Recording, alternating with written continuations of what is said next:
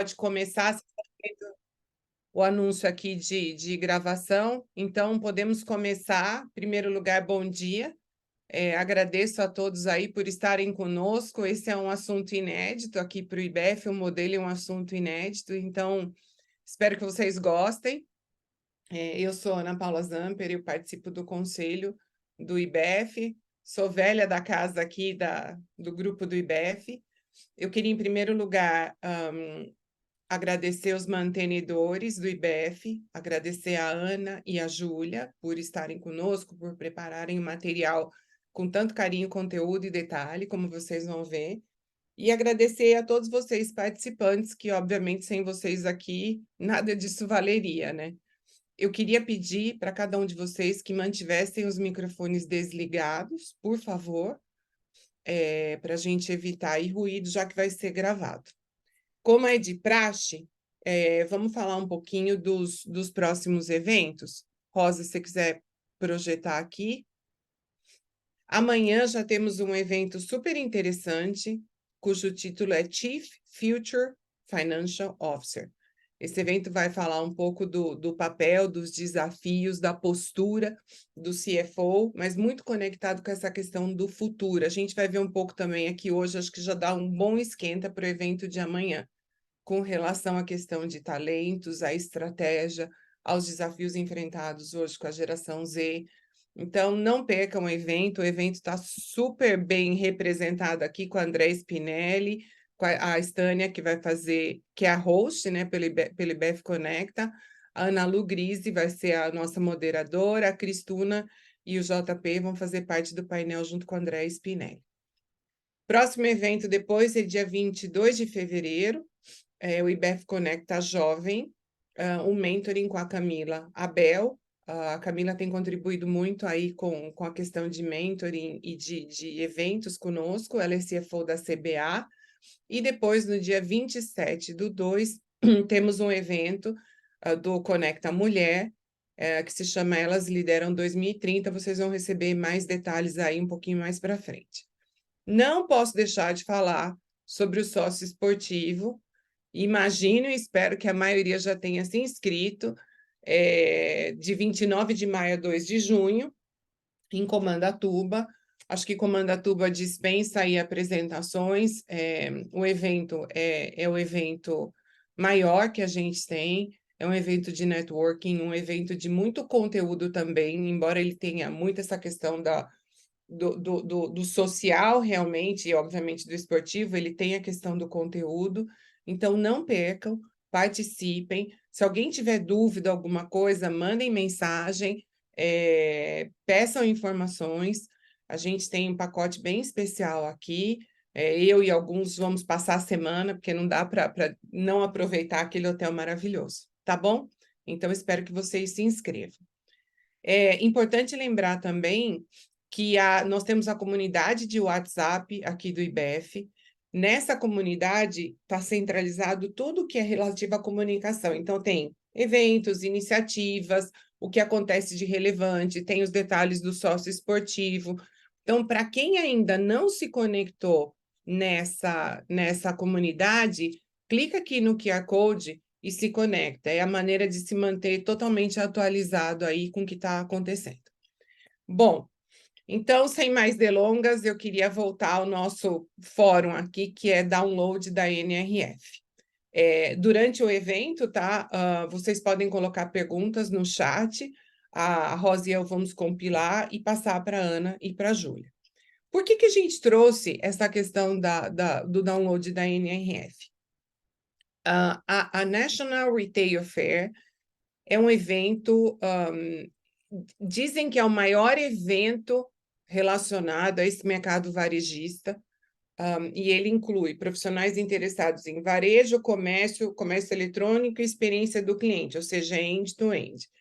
Essa foi a convenção de número 113, foi realizada de 14 a 16 de janeiro em Nova York, e eu acho que o ponto importante é, como o varejo sem dúvida, um dos maiores termômetros de consumo, os conteúdos das palestras, das ativações de marca, são de amplo interesse para toda a cadeia, desde o mercado de produção, distribuição e etc.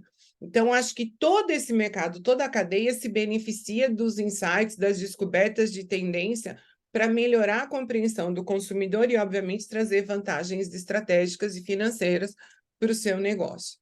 Esse ano, por tudo que eu li sobre a NRF, pela conversa que eu tive prévia aqui com a Ana e com a Júlia, a gente vê que o varejo global está num ponto crítico, né, de inflexão. Comércio digital tem previsões de atingir 80% da população mundial até 2026. Esse ano, inclusive, a questão das eleições nos Estados Unidos, discussões de guerra e etc., nós vamos ter impactos de geopolítica, então esses processos todos vão impactar as dinâmicas econômicas e comerciais globais, e a gente vai sentir isso, então é importante estar conectado aí com as tendências. Cenário marcado por uma questão de inflação talvez controlada, como a gente viu na Vogal semana passada, crescimento econômico razoável, mesmo em países que têm apresentado desenvolvimento grande nos últimos anos. Eu comentei um pouco da questão da geração Z, a gente tem uma preocupação grande e o evento trouxe isso de como é que a gente inclui as diferentes gerações de consumidores, como é que a gente dá ênfase tanto na geração Z quanto na economia prateada. Então, é crucial a gente entender as mudanças no comportamento desses clientes e gerenciar as expectativas. E eu acho que o fundamental aqui desse evento é observar que essas tendências elas vão muito mais além do que só implementar algo moderno na cadeia. É muito mais aproveitar as oportunidades, é sobreviver frente à rapidez dessas transformações, que obviamente alteram a forma de fazer negócio. Então, fazer negócios e trabalhar um pouco na questão de pensar fora da caixa, e talvez, se for preciso, trocar a caixa, né? Então, esse é o nosso papel aqui, a nossa provocação. Bom, eu quero apresentar, então, as nossas palestrantes, começando com a nossa querida Ana Paula Whitman. A Ana é CEO e co-founder da Omni 11, consultoria de estratégias digitais. A Ana é membro do Comitê de Auditoria do Enjoei. Ela é conselheira de administração da empresa social Comida Invisível. Ana é graduada em administração de empresas pelo Mackenzie, tem pós-MBA e governança ABPW na Sampo, Escola de Negócios, e MBA em finanças pelo INSPER.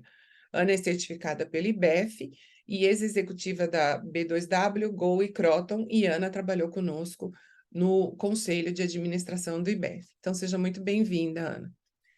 Nossa segunda palestrante... Oi. Nossa segunda palestrante é Júlia Rueff, ela é vice-presidente do Mercado Livre, responsável pela unidade de negócios do Marketplace no Brasil, board member do Grupo TV1. Júlia é graduada em Publicidade e Propaganda pela PUC Rio de Janeiro, MBA executivo no INSPER, certificação pela Câmara do Comércio em Genebra, na Suíça, formação em programa para conselheiros do IBGC. A Júlia apresenta mais de 19 anos de experiência em tecnologia e e-commerce e atua em empresas como Cenova e Reaper. Seja bem-vinda, Júlia. Muito obrigada.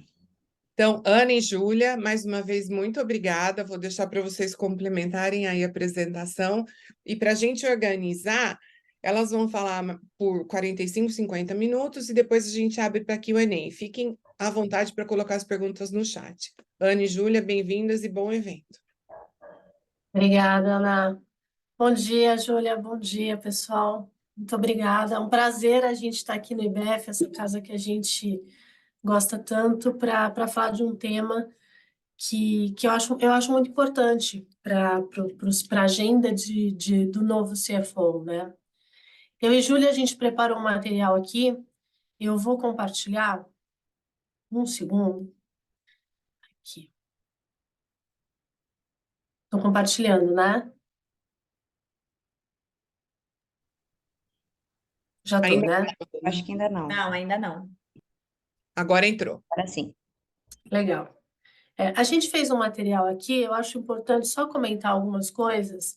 Eu e Júlia, a gente esteve na NRF, na delegação da BTR Varese, então acho que, dando o disclaimer aqui, nós pedimos autorização, a gente usou muito do material que nos servimos lá, que nos foi apresentado lá, Então, é muito importante dar o crédito, porque foi uma delegação muito interessante que a gente participou. Bom, e falando só um pouquinho da grandiosidade da NRF, né? A gente tem mais de 40 mil participantes, a delegação brasileira, os brasileiros lá são quase 10% desse número. É engraçado, a gente escuta português o tempo inteiro nos corredores, é realmente muito brasileiro que participa desse evento. E realmente a gente tem muitos painéis acontecendo ao mesmo tempo, mais de 1.000 expositores. É muito difícil, você fica com a sensação de que tem muita coisa acontecendo e você não está aproveitando. Então, tem que se programar bem, tem que ir com uma curadoria, tem que aproveitar e direcionar muito os seus interesses para essas sessions que acontecem lá. Bom, vamos lá, esse ano foi o ano que mais se falou em inteligência artificial.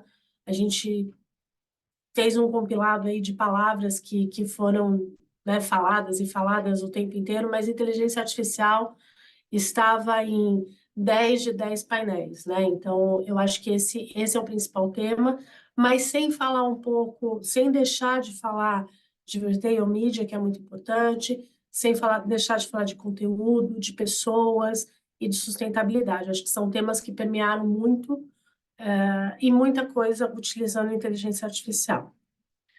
Eu e Júlia, a gente vai se dividir aqui dentro das nossas, enfim, uma vai complementando a outra, mas basicamente a gente organizou os insights em 8 tópicos. Claro que inteligência artificial é o que a gente vai dar mais luz aqui, mas tem várias coisas legais para a gente acompanhar, tá?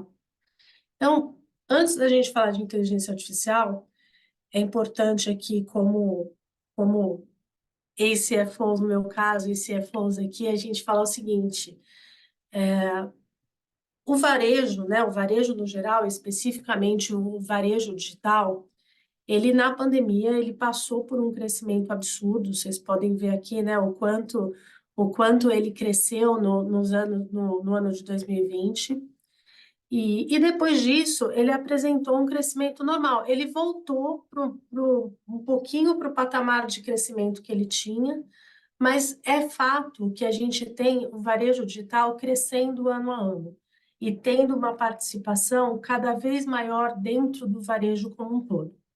Então, eu acho que esse é um assunto que, se a gente podia deixar para depois, lá 10 anos atrás, hoje a gente já não pode mais. Tá? Claro que o Brasil ele não tem os números de Estados Unidos, muito menos de China, mas a gente, ano a ano, vem crescendo. Tá? Então, eu acho que é muito importante mostrar o seguinte: o varejo digital ele é resiliente, assim como o varejo tradicional. O varejo ele segue, né, no passo dele. Às vezes ele cresce um pouquinho menos, um pouquinho mais. Agora a gente está numa etapa muito difícil, né? O nosso futuro é um futuro que a gente sabe que vai ter dificuldades, taxa de juros alta, enfim, mudanças de governo no exterior. A gente sabe que a gente vai passar por um ano complexo. O ano passado já não foi fácil para o varejo, mas o varejo ele é muito resiliente.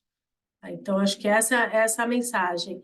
Não abrir mão aqui como financeiros, não abrir mão de olhar para a inovação, olhar para o que é possível, olhar para o que... Porque senão você não consegue seguir esse caminho mesmo que tortuoso. Acho que essa é a grande mensagem que a gente tem aqui, né? Vamos olhar para a inovação como algo que faz parte da agenda natural aqui de uma companhia. Então, Júlia, entra aí. Olá a todos, bom dia, é um grande prazer estar aqui, obrigada pelo convite. Falar um pouco sobre inteligência artificial. Eu acho que esse ano um ponto interessante foi que a gente escutou não tanto sobre tendências, mas como os outros anos, né? Os outros anos sempre traziam discussões sobre o que o futuro traria de tendências e de novas usabilidades. Aqui a gente aqui a gente escutou muito mais sobre a inteligência artificial já aplicada aos negócios. Então, foram muito mais discussões sobre o impacto que ela já está gerando do que o potencial impacto que a inteligência artificial pode trazer.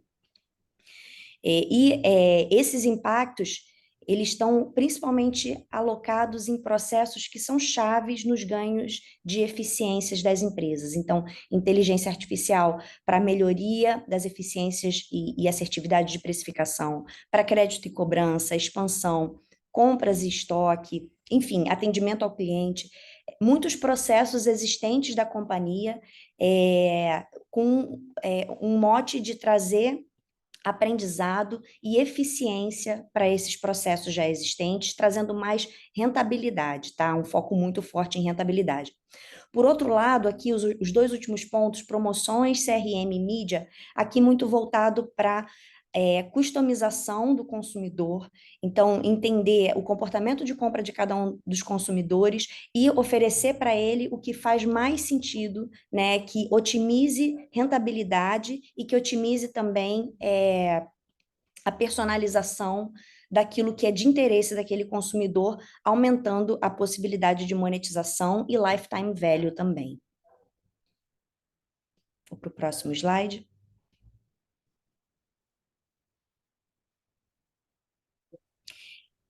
Apesar da gente já ter visto isso aplicado lá, quando a gente vem para a realidade do Brasil, 84% dos varejistas ainda não usam inteligência artificial. E para você poder usar, para uma empresa poder usar inteligência artificial, existe uma necessidade técnica, né, de habilidades, de ferramentas técnicas que o contexto do país e o contexto da empresa precisa ter. Então, a primeira delas é dados, né? Não só ter os dados, como ter os dados organizados de maneira que eles possam ser usados, né? Muitas empresas têm muito dado. E isso não significa que eles sejam dados que sejam ferramentas de fato que possam ser usadas, né? A capacidade de armazenagem, hoje a capacidade de armazenagem existente, disponível, ela é muito grande, e ela foi muito ampliada ao longo dos últimos anos, com uma capacidade de escala e redução de preço muito alta. Conectividade 5G traz mais possibilidades de aceleração da IA, quando você pensa em processos de robotização, enfim, e capacidade computacional. Os três de baixo, eles são contextos do país, das tecnologias disponíveis. O contexto de dados, ele é um contexto da companhia. Diariamente, por exemplo, o mundo gera 2,5 quintilhões de dados, né? É uma quantidade enorme de dados que são gerados todos os dias. Quintilhões são 18 zeros, né? Para a gente ter uma ideia. Mas menos de 1% dos dados dos negócios são analisados e servem como negócio, né? Como ferramenta de negócio. O custo da armazenagem também caiu muito. Então, para vocês terem uma ideia, em 1970, 1 megabyte custava $1 milhão. Hoje em dia, 1 megabyte custa 20 centavos. Então, o ganho de escala, ele já existe, né? É uma questão das empresas se prepararem do lado de dentro para poder usar esse ganho de escala, essa capacidade computacional, e o 5G hoje que já está disponível. Hoje existe mais de 50% da população com acesso ao 5G. E aí os pré-requisitos, né, de maturidade para uma empresa poder usar a inteligência artificial como uma ferramenta relevante dentro desse negócio, ela passa por um tripé de arquitetura de tecnologia, né, como eu mencionei anteriormente, a organização dos dados e cultura e competência, né? A inteligência artificial, ela traz bastante incômodo, né, para as empresas, né? A geração de eficiência, a substituição de processos, a otimização de processos traz desconforto para quem opera as empresas, traz sentimento de ameaça, né? Porque em muitos casos as pessoas são substituídas por processos, né? Mas outras demandas são criadas que demandam pessoas. Se a empresa não tem uma cultura voltada, né, para a inovação, para a aceitação de novidades, né, para novos formatos de trabalho, dificilmente a IA pode ser de fato implementada. Então, é um tripé importante que não demanda só uma capacidade técnica, né, de gerenciar, ela demanda também ela também demanda também cultura e competência das pessoas. E as novas competências, né? Quando a gente fala desse tripé daquela parte de cima, ela passa por imaginação e criatividade, porque são novas maneiras que precisam ser pensadas, voltadas para esse ganho de eficiência e de monetização. A capacidade de expressão e cognição, muito do sucesso da inteligência artificial vem da nossa capacidade de fazer boas demandas, boas perguntas, né, para as ferramentas. Um repertório bagagem, né, que consiga alimentar os processos de inteligência artificial com os dados necessários, e a capacidade de fazer perguntas, né? Se você não faz as perguntas corretas, dificilmente vão vir as respostas corretas através da inteligência artificial. Bom, aí eles trouxeram, né, alguns casos interessantes de aplicação no varejo, alguns casos da Microsoft e do Walmart que trazem resultados de buscas customizados para os consumidores, o TikTok trazendo novas ferramentas de medição das ferramentas de advertising que eles têm, e o TikTok Shop, que traz também muita personalização de ofertas através de inteligência artificial. Passo a bola aqui para a Ana. Bora lá. E aí, quando a gente segue, né, por essas tendências de como é que vai ser essa mudança do trabalho, né? Como é que vai ser essa aplicação prática? Porque fica tudo muito ainda intangível, né? Qual a aplicação de tudo isso que a gente está falando? A aplicação, ela já começou a existir, a gente já vê um processo de robotização acontecendo, e tem um número que até dá uma acalentada aqui no coração, que a gente olhar o seguinte, dá um medo muito grande, né, da perda de empregos que a gente vai ter com tanta inteligência artificial e tanta automação. Mas o Fórum Econômico Mundial, ele acha que a gente vai mudar as competências. Então, claro que a gente vai eliminar serviços repetitivos, claro que a gente vai eliminar tudo que uma máquina pode fazer melhor, mais rápido e mais barato, mas como a Júlia estava comentando anteriormente, se você não se servir desses dados e da redução do custo para manusear esses dados e fizer perguntas corretas, né, você vai parar no tempo. Então, vamos aproveitar que a gente vai ter ganhos de performance com robotização e inteligência artificial e vamos utilizar essa galera para treinar para que elas façam efetivamente trabalhos mais pensantes, façam perguntas certas e sejam capacitadas. Tá? Então, não vejo aqui como, nossa, isso vai mudar o mundo, né? Vai mudar para pior. Não, não vai mudar para pior, vai mudar, não para pior necessariamente. E a gente já viu, falando, né, um pouco de robotização, lá na feira é um desfile, né, de robôs e coisas muito legais de ver, mas que tem uma aplicação, apesar de toda a pirotecnia tecnológica, tem uma aplicação muito prática, né? Então você vê já CDs altamente automatizados com robôs para picking, para trabalhar toda a parte de armazenagem, reposição de lojas, funções de loja funções de lojas que podem ser apoiadas por robô, automatização de planograma. Aí tem uma parte que essa é legal, que é essa parte de concierge, que é você ter robôs em painéis de LED muito bem feitos com interação em linguagem natural. A gente viu muita evolução na linguagem natural, muita robôs, né, hologramas que conseguiam fazer uma piadinha, brincar com você, foi bem legal ver isso. Claro que é uma evolução ainda até chegar numa loja. Robôs de segurança, era um sucesso da feira, um cachorrinho de segurança, e limpeza, acho que isso é fácil de ver. Eu só queria destacar uma coisa legal que a gente viu. Esse aqui do meio é uma fritadeira, é um robô que frita batata frita. Funciona muito bem. Tinham lá operando na feira mesmo, na praça de alimentação. Então, o robô fritava, a batatinha saía igualzinha, né? Tudo funcionando direitinho. Então, realmente, funções autômatas vão ser substituídas. Esse aqui do lado é um cachorrinho de segurança mesmo. Tá? Ele até entende que você pode brincar com ele. Segue lá, Júlia.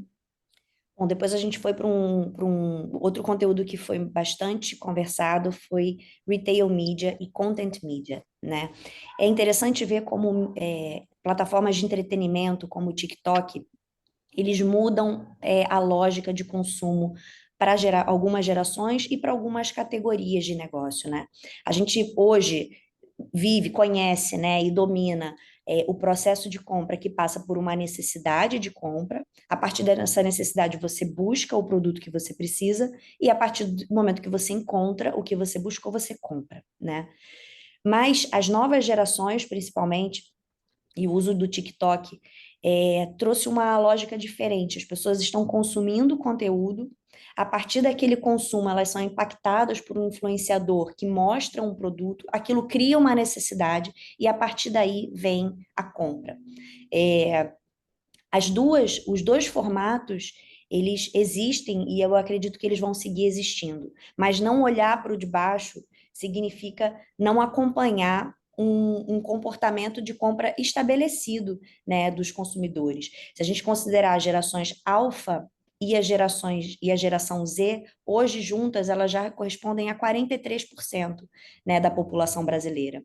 Então, fazer um zoom nessas gerações, nos seus comportamentos de compra, o que elas estão consumindo, é chave para a gente entender o que significa a nova jornada, né, de compra e como que o varejo pode, e as indústrias também, podem se comunicar com esse consumidor a partir dessas novas jornadas. Né? Nesse próximo slide, a gente viu nas lojas lá, muitos espaços dentro das lojas voltados para live streaming, ou se não for para live streaming, para vídeos curtos, né? Para fazer vídeos curtos dentro das próprias lojas. Isso não está tão distante, tá? A gente tem no Mercado Livre um projeto com o Brás, eu estive lá na semana passada, a gente vem trazendo lojistas, né, de polos de moda, e dentro do Brás existiam várias lojas com esse tipo de material preparado, de espaço nas lojas preparado para que as pessoas pudessem fazer esses vídeos, com muitos jovens fazendo os seus reels, fazendo seus vídeos curtos. Então, é uma nova realidade. Muitas vezes nós que não somos da geração Z, temos uma dificuldade de ver de uma forma concreta esse comportamento de compra, mas ele é uma realidade e está, inclusive, visível nas lojas, né? Como eles estão se organizando. E aí o Retail Media, ele vem também na NRF com um viés de eficiência e monetização, e oportunidade de monetização, muito focado ali em resiliência e inteligência artificial como uma ferramenta de ganho de rentabilidade e de monetização, né? Aqui é um flying wheel do varejo, que através do tráfego, né, você consegue trazer transações. Essas transações alimentam os canais de venda. Esse é um flywheel que todo mundo conhece. A diferença aqui, a grande diferença está em oferecer conteúdo relevante para esse consumidor, seja lá em que canal ele estiver, e o conteúdo na maneira como ele consome. Então, oferecer o conteúdo relevante para esse consumidor, usando muito bem os dados dos consumidores, ou seja, trabalhando de maneira muito customizada e trazendo para eles o que de fato importa para a sua necessidade de compra, e isso gera uma possibilidade de monetizar os espaços existentes dentro do varejo físico e do varejo online, trazendo mais monetização e aumentando o lifetime value. O entendimento é que quando o consumidor ele é impactado com aquilo que é relevante para ele, ele tende a voltar muito mais vezes. Então, aqui também inteligência artificial alocada em ganhar eficiências, ganhar rentabilidade, aumentar a monetização. No Retail Media nos Estados Unidos, aqui a estimativa de fechamento de 2023, faturou 43 bilhões de dólares, a Amazon Ads representando 75% desse valor. O mercado de publicidade em redes sociais foi de 90 bilhões de dólares, né? A Meta como principal player, e é importante dizer que o TikTok não se auto-intitula uma plataforma de redes sociais, ele se auto-intitula uma plataforma de entretenimento. E os anúncios em Search Ads, né, em Google principalmente, 77% em Google, representaram 108 bilhões. Então, vocês veem que Retail Media já tem uma proporção muito grande, né, se comparados com os meios mais tradicionais digitais. E um outro ponto muito relevante de trazer aqui, se vocês olharem nas linhas, né, na parte de baixo, Search demorou 14 anos para atingir $1 bilhão de faturamento. Quando a gente vai para social demorou 11 anos para atingir esse $1 bilhão. E retail media demorou 5 anos para atingir esse $1 bilhão.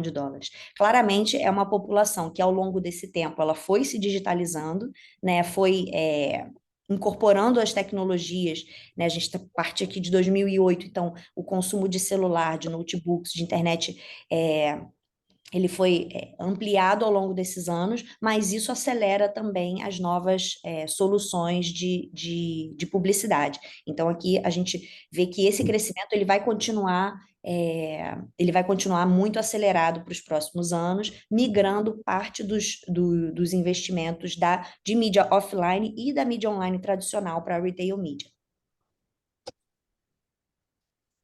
E aí, falando um pouquinho, né, do papel da loja, muito se falou, né, há alguns anos atrás, na NRF, nossa, qual o papel da loja física? Como é que todo esse universo de novidade, inteligência artificial, de robotização, novas formas de vender, como é que isso vai impactar na loja física? E muita gente se questiona, será que é o fim, né? E não, de forma alguma. A loja, ela tem um papel muito importante. Então, os varejistas que têm essa jornada no físico e no digital, é muito importante que eles vejam a loja como um ponto de um hub não só daquela omnicanalidade tradicional que a gente discute já há muitos anos. Então, eu como consumidora, eu quero comparar sei lá, no site da loja X e retirar na própria loja, enfim. Então, essa é uma omnicanalidade clássica que a gente consegue ver já muito bem desenvolvida em certos varejos, outros ainda não, mas a gente já percebe que a omnicanalidade é algo tangível, inclusive para o consumidor. Mas é muito importante a gente enxergar que a loja ela pode mais. Então, ela pode ser um polo, né, um hub de serviços. Então, a gente viu muitas lojas oferecendo serviços de personalização, serviços de eu vou desenhar o seu ambiente, eu vou customizar uma lista de presentes. Então, a gente viu várias lojas servindo como serviços. E é muito importante, né, falando um pouquinho, né, ajudando esse flywheel aqui da loja Hub, a gente olhar que a loja Hub também, a loja, ela é um ponto de aquisição e ativação de clientes. Então, se a gente está falando que o varejo ele é uma coisa só, né? A loja ela é um ponto para eu trazer um cliente que pode ser trabalhado depois nessas outras ferramentas de inteligência artificial, ela pode ser um ponto de captação do cliente. E muito importante, o cliente não faz diferença se ele é cliente do franqueado, do franqueador, da internet, enfim, é essa visão única de cliente. Então, vamos trabalhar para que seja adquirido e ativado num contexto de global mesmo. A loja física já é um ponto também para retail media, como a Júlia estava comentando, o crescimento do retail media, ele é absurdo, ele está sendo exponencial, e a gente viu muitas coisas interessantes em supermercado, tá? Em supermercado, você vê na gôndola, ali onde tem o preço com aquele papelzinho clássico, você vê ali uma operação passando ali, um retail media passando, um LEDzinho passando uma promoção com uma marca de alguém que você ativa com o seu celular. Olha, me interessa isso aqui, você é ativado, impactado por aquela mídia ali. E um hub logístico, eu acho que hoje a gente já viu várias operações que descartaram CDs. Claro que depende da especificidade do produto, depende de uma série de fatores, mas se você tem uma cadeia bem pulverizada de lojas e o seu produto permite que seja despachado da loja, a loja se torna um hub logístico também. E você reduz alguns custos de centro de distribuição. Tá? Então, Esse flyover aqui, eu acho que ele mostra o quanto a loja física faz parte da estratégia digital. Ela pode ser um laboratório, ela pode ser um hub que vai suprir várias frentes aí na estrutura de captação de vendas de uma loja. E aí, o que é importante, né? Muito o que a gente fala, né? Quem está aqui em São Paulo sabe, Oscar Freire é uma rua de flagship stores de várias marcas, né? Não adianta algo ser aplicável somente a flagship. Não adianta. O consumidor, ele quer ter uma experiência gratificante em todas as lojas. Na loja do franqueado, não só na flagship da Oscar Freire. Então, é muito importante, e aqui, né, falando para essa audiência de financeiros, é muito importante pensar que as inovações que a gente vem falando aqui hoje durante essa manhã, é muito importante que sejam replicáveis e escaláveis. Tá? Então, é muito importante. Toda loja é uma flagship store. Toda loja ela tem que ser viável. Tudo que a gente oferece numa flagship tem que ser viável. Claro que com adaptações. Uma flagship store costuma ser muito grande, né? Naturalmente não vai ser 100%, mas você tem que ser replicável e tem que ser relevante. Senão é um serviço que vai ser oferecido ali só para um momento, só para validar uma hipótese. Tá? Mas eu acho que isso é muito importante. A loja física, ela ganha uma nova importância, ela ganha uma relevância muito maior ainda do que a gente imaginava. Então, não é o fim do varejo físico de forma alguma. E aí, falando aqui de um exemplo que a gente teve lá, esse supermercado, Wegmans, ele tem uma série você pode comprar no e-commerce normal e você vai receber como qualquer e-commerce de varejo alimentar. Só que quando você vai até a loja, você vê várias ações, e aqui a gente nem colocou todas, realmente uma loja encantadora. Ele coloca detalhes do tipo, olha, para quem gosta de um ambiente mais tranquilo, venha das 8 às 10. Ele tem uma infinidade de caixas autômatos, mas ainda existem alguns, né, para pessoas que ainda não se sentem confortáveis em comprar no caixa autômato. Ele tem um trabalho muito grande de sustentabilidade, então todas as hortaliças e verduras e até alguns pratos prontos são de produtores locais. Então ele trabalha muito, ele divulga essa questão da sustentabilidade e do apoio da economia circular. Então é uma loja que é realmente encantadora e é prazeroso, você tem uma experiência prazerosa. Ele divulga o horário que ele vai ter o corte do peixe, é realmente um lugar muito, muito bacana de fazer compra, uma experiência muito diferente do que a gente está acostumado aqui, tá? Então, essa é uma... E ele tem uma área muito grande separada, a separação dos pedidos que vão para atender a internet, tá? É bem interessante. Bom, E aí depois... Ah, desculpa, vai lá, Ana. não, vai lá, vai lá. Não, e depois, quem é a liderança, né? Que atributos de liderança são necessários para fazer gestão das empresas, dado esse contexto? E é um contexto de inovação, eu acho que menos uma inovação voltada para grandes apostas, pouco previsíveis, mas são inovações voltadas para realmente tornar a empresa com uma capacidade de sobreviver melhor aos períodos de mudança, né? Quando você consegue trazer mais eficiência e novas possibilidades de monetização, quando você consegue trazer mais longevidade para a relação que você tem com os consumidores, você está trabalhando para a longevidade da própria empresa.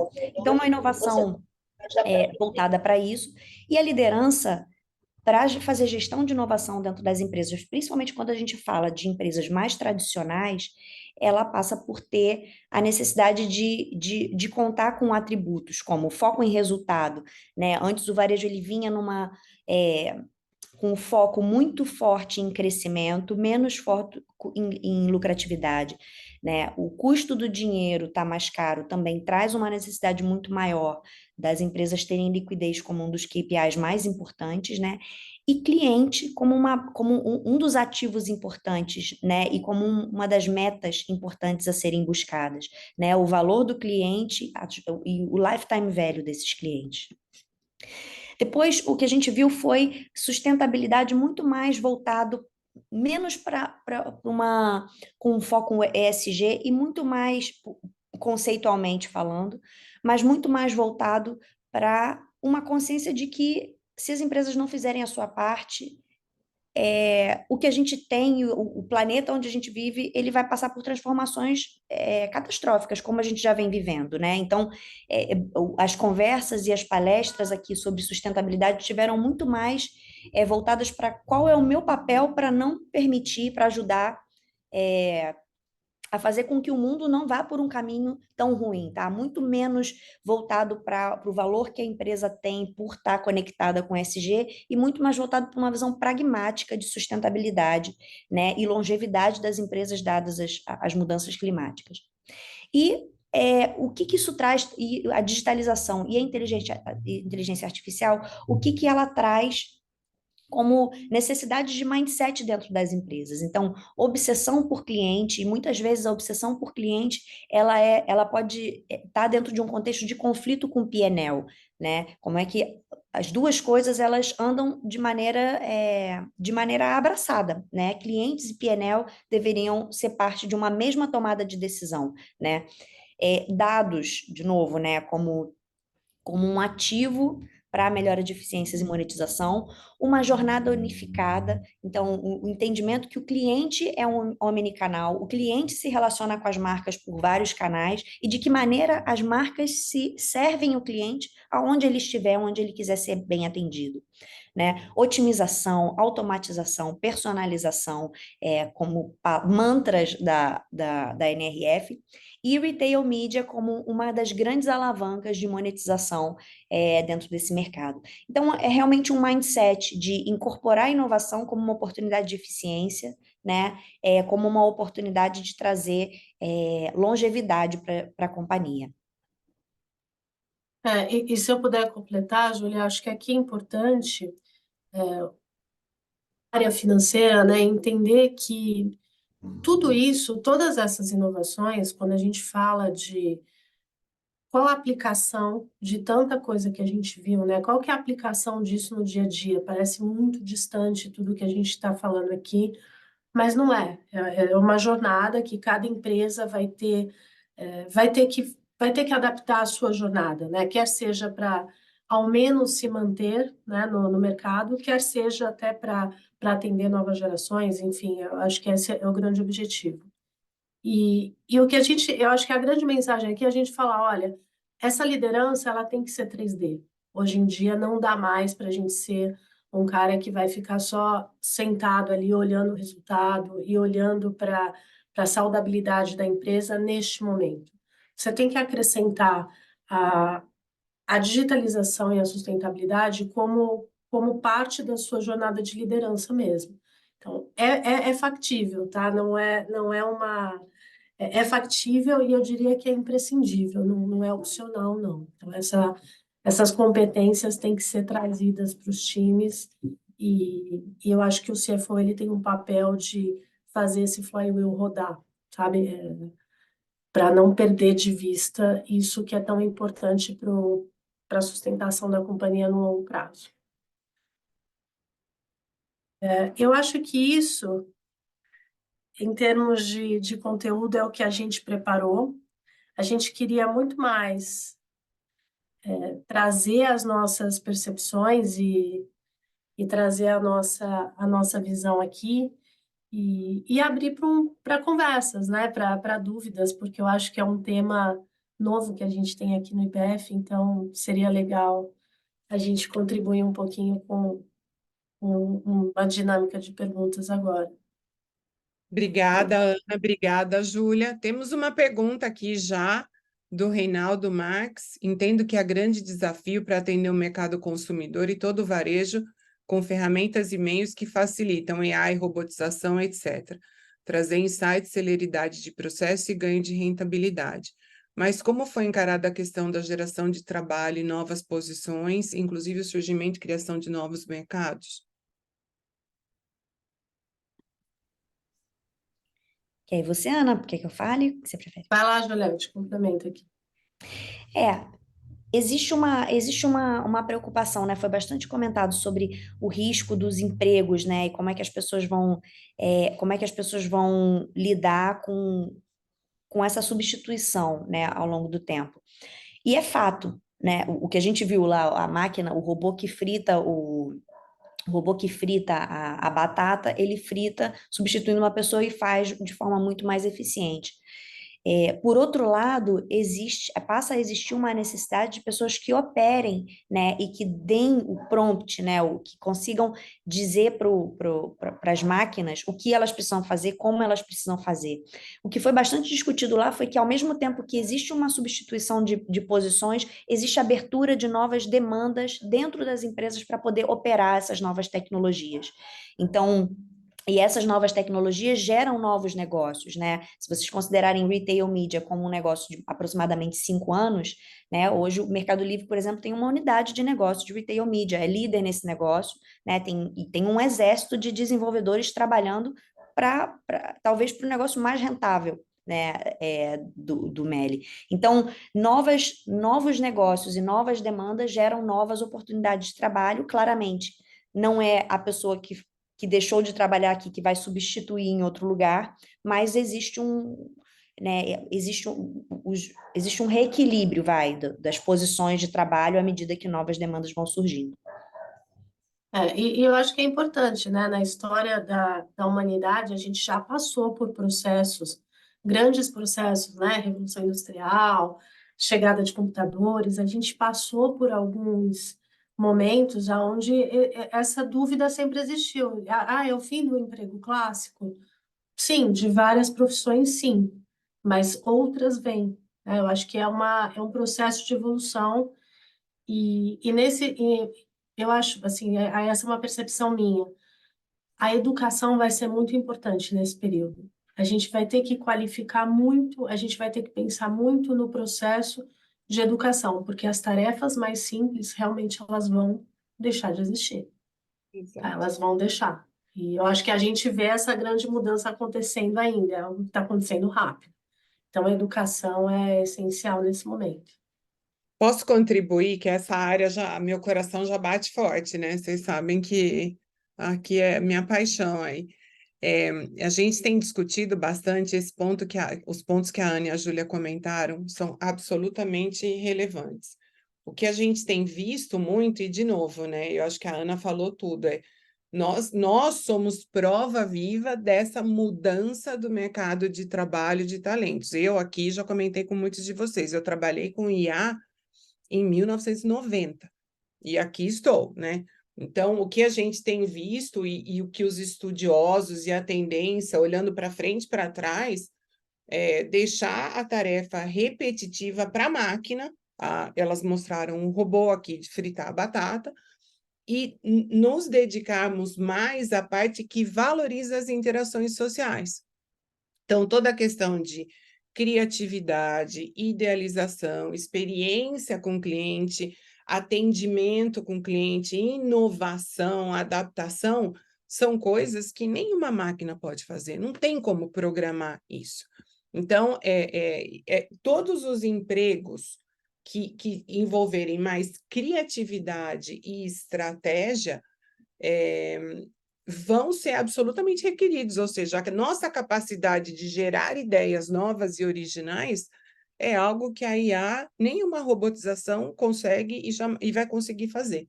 Então, esse é um ponto super importante de reequilíbrio e inflexão. Bom, próxima pergunta aqui, deixa eu ver se tem. Houve algum tipo de abordagem sobre a realidade virtual com relação ao Client Experience ou Hub? A gente viu, né, Julia, algumas coisas interessantes função de concierge, função de como fazer uma parte de saque num nível ainda de linguagem natural, até passar para o humano.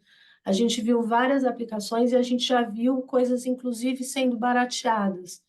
No ano retrasado, a gente viu um negócio que era muito caro, muito legal. Era um grande display, como se fosse um concierge de uma loja. Claro que teria que ser uma loja física incrível. Esse grande totem com LEDs e com uma interação ali em linguagem natural, há 2 anos atrás, custava US$ 20.000, uma unidade para você colocar numa loja. Neste ano, a mesma peça custava US$ 5.000. Então, é algo que vai vir. Acho ainda distante do nosso varejo, salvo para algumas flagships, não Scarpneri, mas eu acho algo muito distante do nosso varejo ainda.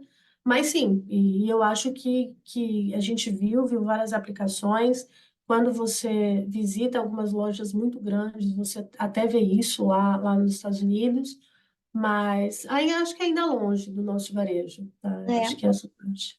Se eu puder complementar, eu acho que nos anos anteriores se falou muito sobre VR como o futuro, né, do consumo, o futuro do comportamento.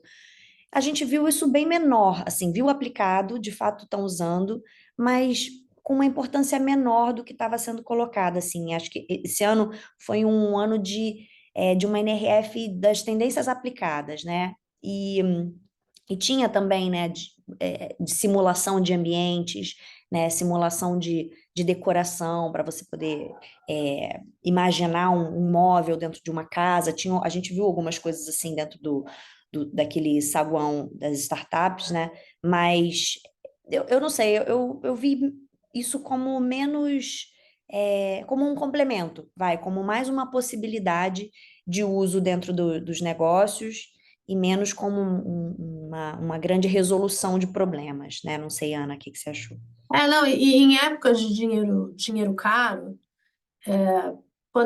e tudo é baseado, né, em qual é o retorno que uma ação traz, eu acho que realmente as ações que têm retorno mais óbvio, como retail media, como a AI aplicada ao saque, por exemplo, essas ações elas têm um retorno muito mais palpável, elas têm um retorno muito mais claro. E aí perdeu um pouco de espaço para isso, tá? Então me parece algo que está lá, existe, deve estar evoluindo, tem mercados, a gente viu palestras de mercado de luxo, onde você tem margem para fazer algumas coisas realmente de experiências uau para o cliente, mas no geral não foi algo muito abordado, não.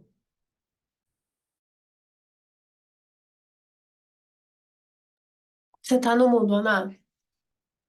Desculpa, atendo segmento de varejo e gostaria de saber como vocês enxergam o varejo como cliente. Qual a melhor a abordagem para vender valor nesse segmento e alcançar as metas de 2024? Posso começar, se você quiser. Hoje posso falar sobre a perspectiva, inclusive, do Mercado Livre, né? O Mercado Livre se posiciona para o consumidor como uma marca de varejo, mas, na verdade, a gente é uma grande plataforma de tecnologia que presta um serviço para o varejo. E o varejo está nesse momento de dinheiro muito caro, né? Tendo que tomar decisões muito difíceis já ao longo de muitos anos. Então, oportunidades adicionais de venda, né? Tudo que conversa sobre oportunidades realmente de abertura de um novo canal de vendas que façam diferença no momento em que conseguir crescer versus o ano passado está muito mais difícil do que era há alguns anos atrás, tem ressoado de maneira muito positiva, desde que com rentabilidade, né? Essa conversa de crescer, primeiro crescer para depois ganhar rentabilidade, ela ficou para trás, ela é uma conversa quase que inexistente, né? Quando eu falo, inclusive, de vender retail media para os varejistas que vendem no Mercado Livre, eles adotam de maneira massiva, mas com um mindset e conversas muito voltadas para qual é o ROI que isso me traz, né? Acompanhamentos de resultado muito frequentes. Então, hoje eu vejo, sempre foi, né? O varejo é pragmático, mas mais do que nunca eu vejo um varejo muito consciente, tendo que fazer menos, muito mais com muito menos, né? Menos recursos, menos pessoas, menos dinheiro para ser investido, é, e sofrendo bastante nesse ambiente de escassez, né? Quando essa escassez acaba muitas vezes, né, dependendo do varejista, fazendo com que eles não tomem decisões em investir em negócios, por exemplo, como inteligência artificial, né? Existe uma redução do apetite ao risco. Então, eu vejo dessa forma. Acho que é um varejo preocupado, né? Fazendo muita conta e vendo muito valor em vendas adicionais que tragam rentabilidade adicional também. Eu acho que complementando, todo mundo precisa bater a meta, todo mundo tem suas operações. Então, eu acho que a grande contribuição aqui é a seguinte: olhar para qual é o problema que você quer resolver aqui, qual é a linha do PNL que você quer afetar, e escolher uma briga. A gente não precisa começar um processo de transformação digital numa empresa do 0 ao 100 em um mês, né? Não existe isso. Então, o importante é qual é a dor que o meu cliente tem aqui? Qual é o atrito que eu posso reduzir? Como é que eu faço para melhorar o meu NPS? Aonde eu vou me servir de ferramentas? E hoje em dia o custo, né? O custo é muito mais barato para você implementar qualquer coisa. Você encontra soluções intermediárias que resolvem problemas. Aonde que eu vou resolver isso? E qual o impacto tem? Então, o varejista ele tem o varejista que tem o termômetro lá, que tem o pulso da operação na mão, ele sabe as dores. Então, saiba as dores, identifique o problema e busque uma solução para resolver isso. Pode ser um acréscimo de venda com uma ferramenta de retail media, pode ser melhorar o tempo, o NPS, o tempo de atendimento do cliente, automatização do seu saque, enfim, tem várias frentes. A gente não precisa falar do robô que vai ficar na tua loja, né? Tem uma jornada muito grande nesse caminho todo.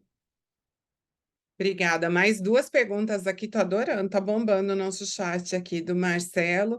Algo se falou sobre uma melhor gestão de capital de giro e seleção do sortimento.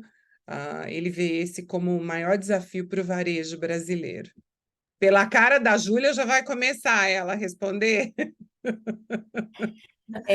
Olha, capital de giro acho que menos, né, Ana? Acho que ouvimos menos falar sobre isso. Escutamos muito sobre seleção de sortimento, sobre cadeias de supply chain, né, a curacidade de forecast, e tudo isso conectado com inteligência artificial, né, colocando os sistemas e o conhecimento mais aprofundado dos dados da companhia para poder trazer melhores dados preditivos, né, para poder tomar melhores decisões, pelo menos trazer melhores propostas de decisão para os tomadores de decisão. Eu vi se falou bastante sobre tema de gestão de sortimento e cadeia de supply chain, né? Mas dentro desse contexto de aplicação da inteligência artificial em favor de ganho de eficiência desses processos.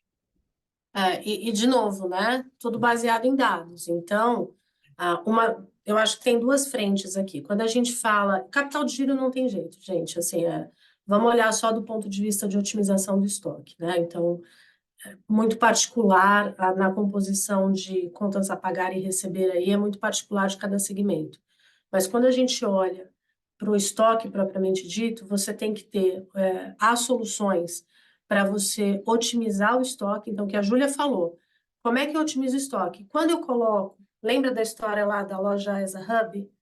Quando eu tenho uma ferramenta que olha para o estoque de todas as lojas ao mesmo tempo, eu consigo otimizar. Imagina que uma loja ela não tem capacidade de ter uma grade completa e profundidade de todo o sortimento. Então, se eu tenho uma ferramenta que consegue olhar para isso, e hoje a gente tem ferramentas que já fazem, né, com um custo interessante, eu consigo otimizar. Eu vou despachar um pedido de vários lugares. Eu vou conseguir otimizar esse estoque. Eu vou conseguir fazer com que o meu lojista, quer seja um franqueado ou seja uma loja minha mesma, eu vou conseguir com que ele gire esse estoque mais rápido. E a gente viu também, aí já olhando para a parte preditiva que a Júlia falou, quando você olha para o passado e você enxerga toda a sua curva de vendas e você tem lá no seu histórico quais as quebras que você teve, enfim, quando você enxerga o comportamento da sua curva de vendas e você enxerga o tempo de carregamento de estoque, você consegue usar uma ferramenta que vai predizer as suas compras para o futuro. Então, qual é o melhor sortimento para eu ser mais assertivo? Então, tem ferramenta nas duas pontas, para otimizar o que eu tenho e para predizer o comportamento futuro, tá? Para apoiar a compra. Acho que esse foi a principal coisa que a E gente eu acho viu. interessante, esse tema ele foi muito abordado lá, talvez por uma dor que eles estejam vivendo nesse momento, né? Andando pelos varejos de Nova York especificamente, né, onde foi a NRF, era impressionante como faltava produto, assim. Nas farmácias, as gôndolas absolutamente vazias, né, Ana? Você ia nas lojas de todos os segmentos, os sortimentos estavam sempre muito furados dentro das lojas, não tinha produto para vender, né? E era um comentário generalizado de como que o abastecimento das lojas estava ruim, né? E eu imagino que esse tema de gestão de sortimento e de cadeias de supply chain tenha aparecido de forma tão intensa na NRF, exatamente porque essa é uma dor atual dos Estados Unidos, né? Em todos os anos de ida à NRF, eu nunca tinha visto uma execução tão ruim, né, do varejo. Verdade. Até triste de ver, né? Farmácia principalmente. Que coisa.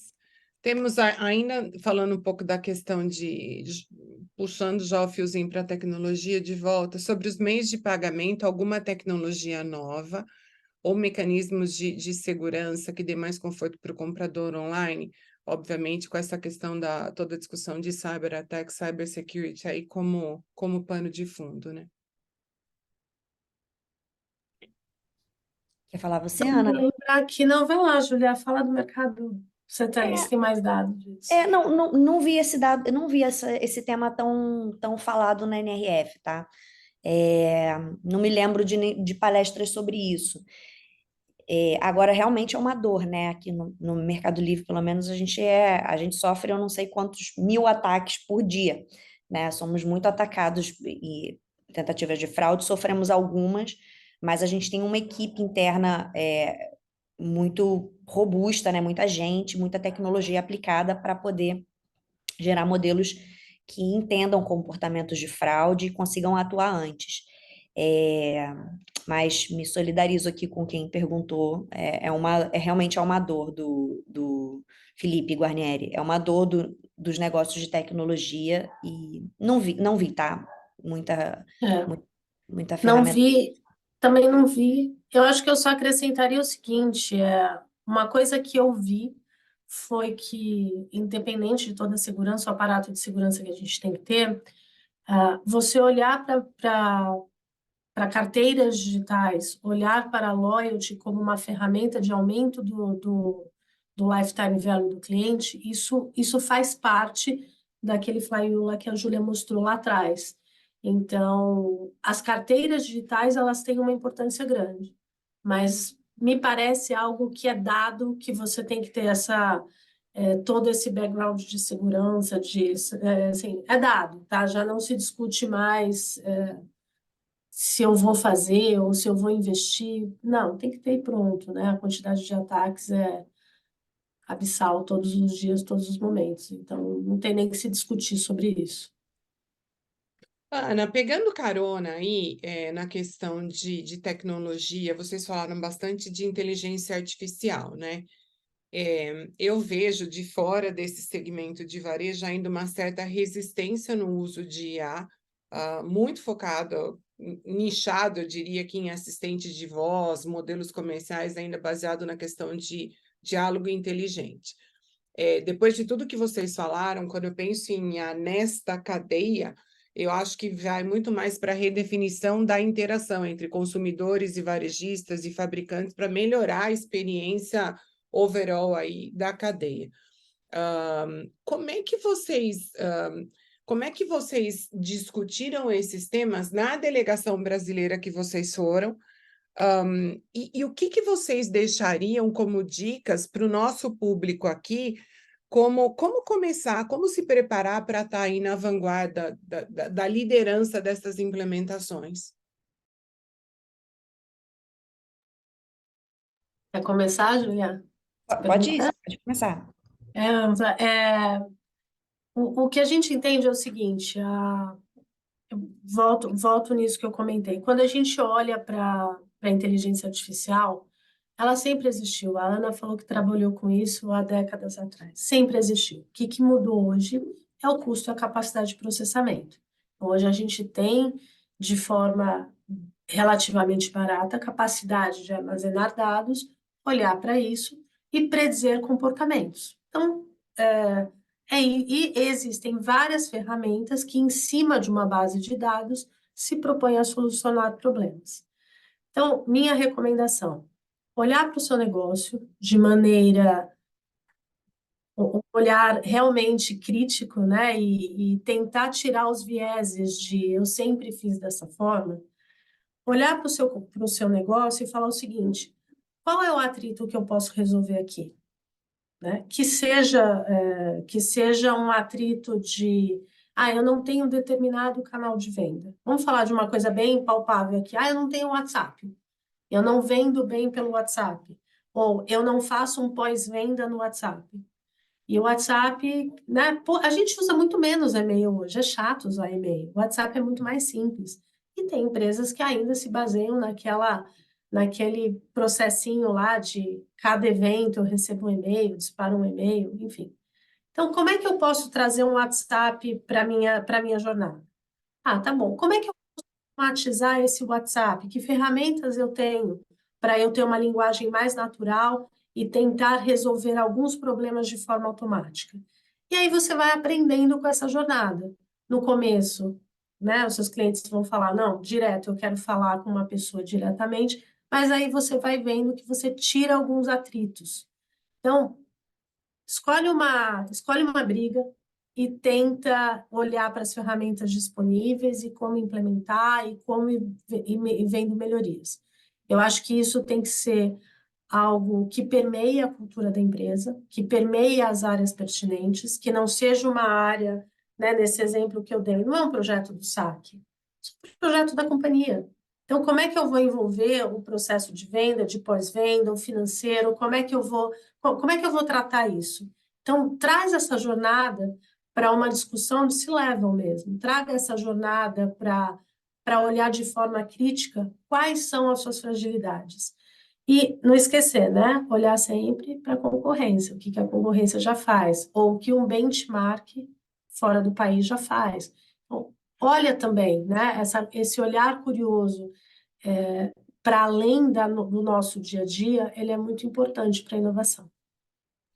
Eu brinco aqui, né? Eu escuto a minha filha adolescente. Em cada projeto que eu inicio, eu escuto a minha filha adolescente e o grupo, eu tenho um focus group aqui de adolescente informal para me munir de informações, porque realmente a gente está longe de algumas realidades, né?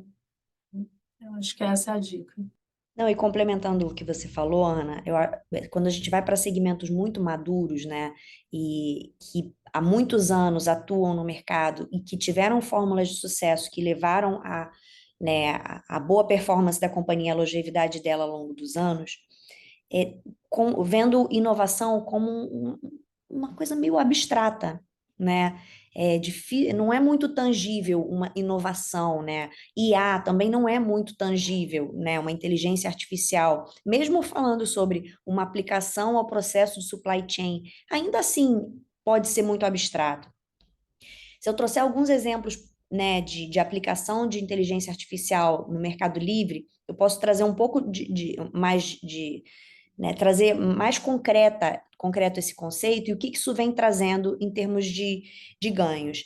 E isso significa inovação nos detalhes, né? A inovação não necessariamente ela é uma grande transformação de um tema core da companhia. Ele pode vir por processos específicos, né? Começar por um determinado lugar, experimentar os resultados dele, para depois ele poder ser replicado em outros lugares.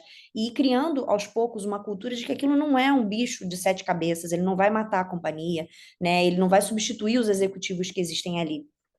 Hoje no Mercado Livre, se você considerar uma página de produto, né, aqui já por inteligência artificial generativa, né, que é a capacidade de aprender e criar novas soluções sozinhas, o Mercado Livre conseguiu aumentar muito a qualidade de todas as imagens dos produtos, né? Por aprendizado, houve uma comparação de produtos iguais, as imagens desses produtos iguais, e fazer uma unificação através da melhor imagem existente para todos eles, sem intervenção humana, né? Através de uma programação de inteligência artificial, e isso trouxe incremento de conversão. Hoje, quando você vai comprar também no Mercado Livre, você tem a possibilidade de conversar com o vendedor daquele produto, né? E às vezes a pergunta é importante para o comprador, mas o vendedor demora para responder.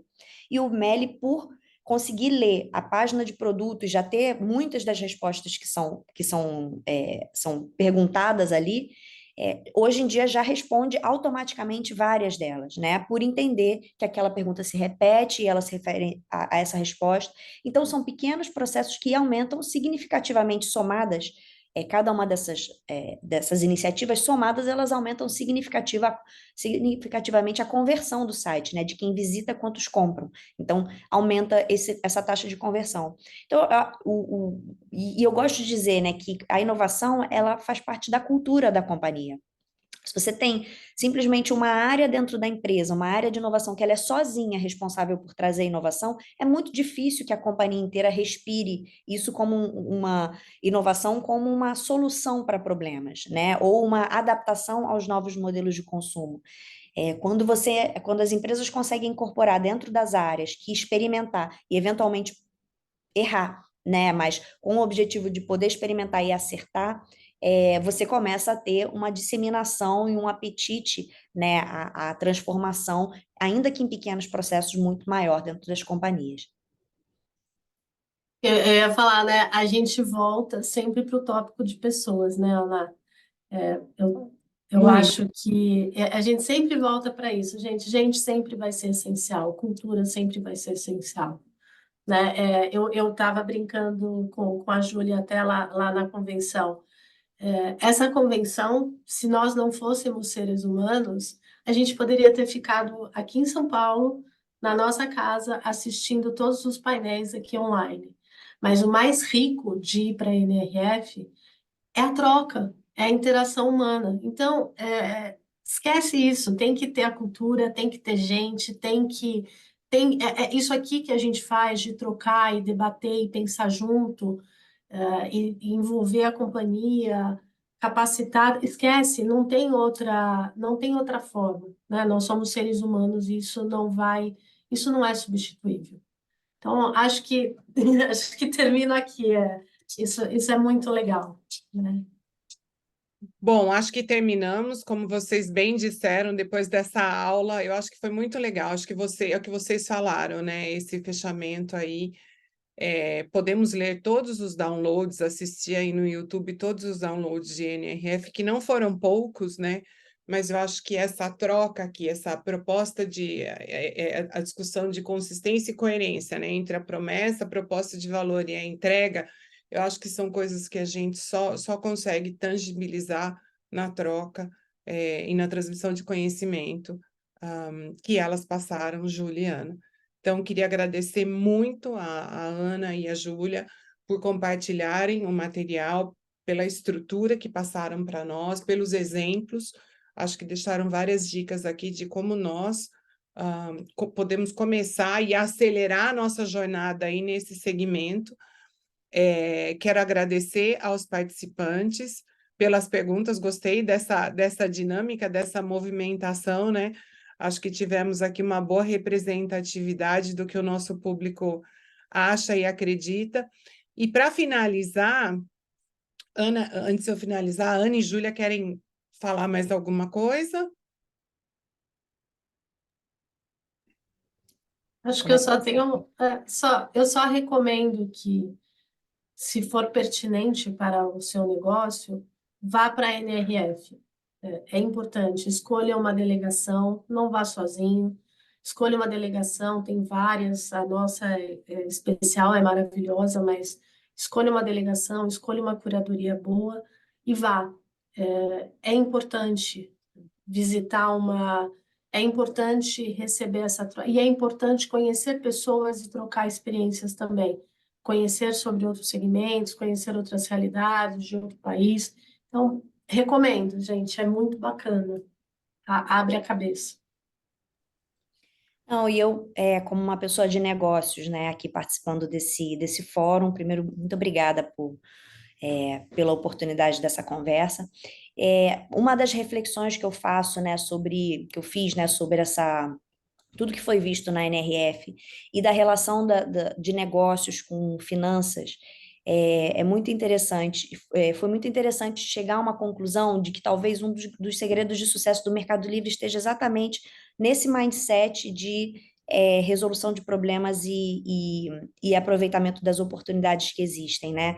E como que uma área de negócios consegue criar credibilidade com a área de finanças, com o CFO, a partir do momento que os dados servem às análises e às discussões, né? Quando a gente tem apetite a risco, consegue fazer determinados experimentos, mede e toma junto a decisão de seguir ou não seguir, a gente acaba criando um ambiente muito mais frutífero para a inovação de fato. E a inovação, não estou falando de grandes inovações, de mudanças de rota, estou falando de inovação nas pequenas coisas do dia a dia que vão trazendo coragem e conhecimento para a gente poder aí sim tomar decisões maiores. Então, sou aqui bastante apoiada pelo Tiago Azevedo, que não está aqui, mas eu sei que participa muito dos fóruns do IBF, é super contribuidor aqui, e dizer que funcionamos muito bem, tomando risco juntos, mas com bastante consciência dos dados, medindo, né, tomando a decisão de voltar atrás rápido, se for o caso, e de avançar, se for também o caso. Então, um pouco dessa reflexão do que surgiu na NRF e da forma como culturalmente a gente consegue abraçar a disrupção, ainda que em pequenos processos, de maneira conjunta. Então, é isso. Um agradecimento a todos. Muito obrigada, Ana. Obrigada, Júlia. Obrigada aos participantes. Antes de terminar, a última mensagem. Por favor, acessem o QR Code. Esse QR Code leva a nossa pesquisa de satisfação sobre o evento. É muito importante para nós, para a gente poder sempre trazer temas aí relevantes à nossa comunidade. Agradeço mais uma vez a presença e participação. Esperamos vocês nos próximos eventos. O próximo já é amanhã, então estaremos juntos. Obrigada, bom dia a todos. Obrigada, gente.